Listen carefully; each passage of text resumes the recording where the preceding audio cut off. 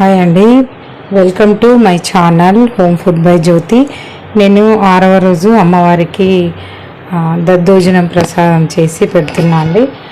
దీనికి కావాల్సిన ఐటమ్స్, ఇది చేసే విధానము ఇదంతా కూడా చూపిస్తా. ఇది 6వ రోజు నేను అమ్మవారికి నివేదన చేసే ప్రసాదం అండి. నేను చూపించిన పద్ధతిలోనే ట్రై చేయండి.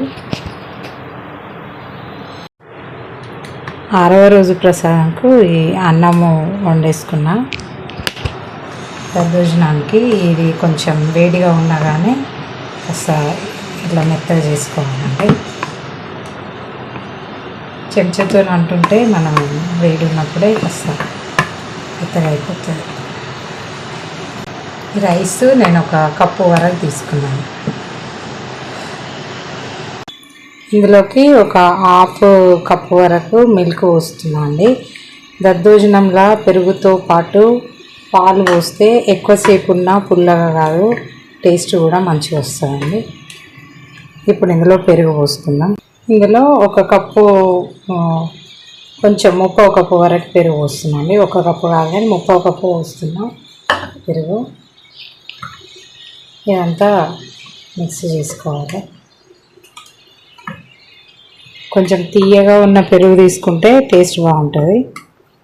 మరి పుల్లడిది వేసుకోవద్దండి దద్దోజనానికి.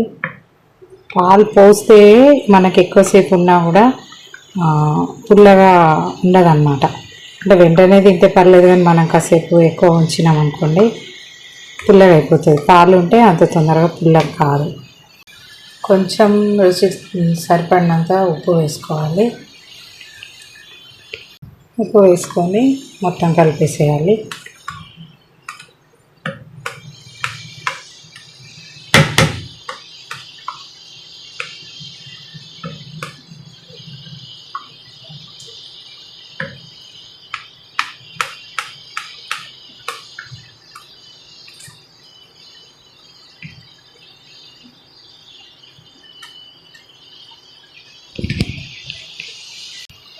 మనం ఇందులోకి తాలింపు చేసుకొని వేసుకున్నాము.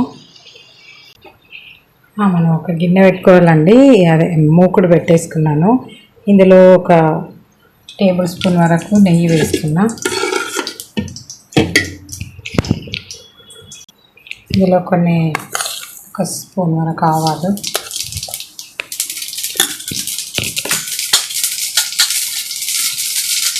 జీలకర్ర 1 స్పూను, శనగపప్పు 1 స్పూను, పల్లీలు కూడా 1 టేబుల్ స్పూన్ వేస్తున్నా. పల్లీలు, మినపప్పు అండి, ఇది 1 స్పూన్ వేస్తుంది. ఇది కొంచెం మంచిగా వేయనిద్దాము.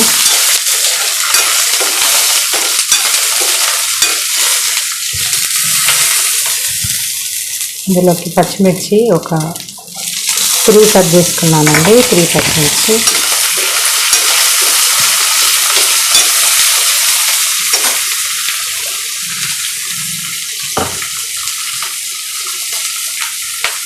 కొంచెం కరివేపాకు,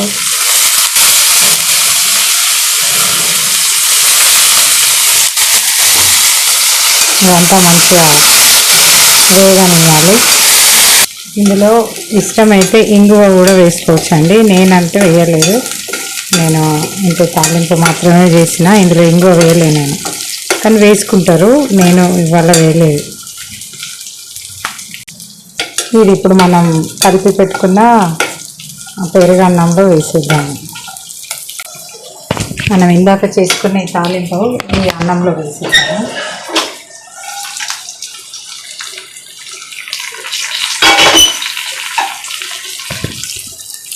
ఇదంతా మంచిగా కలిపేసుకున్నామండి. ఇంతే అండి, వేడి అన్నంతో దద్దోజనం రెడీ అయిపోయింది. ఇదే పద్ధతిలో మీరు కూడా అమ్మవారికి రెడీ చేసుకొని పెట్టండి. మీకు నేను చేసిన ఈ ప్రసాదం రెసిపీ నచ్చినట్టయితే లైక్ చేయండి, షేర్ చేయండి, కామెంట్ చేయండి.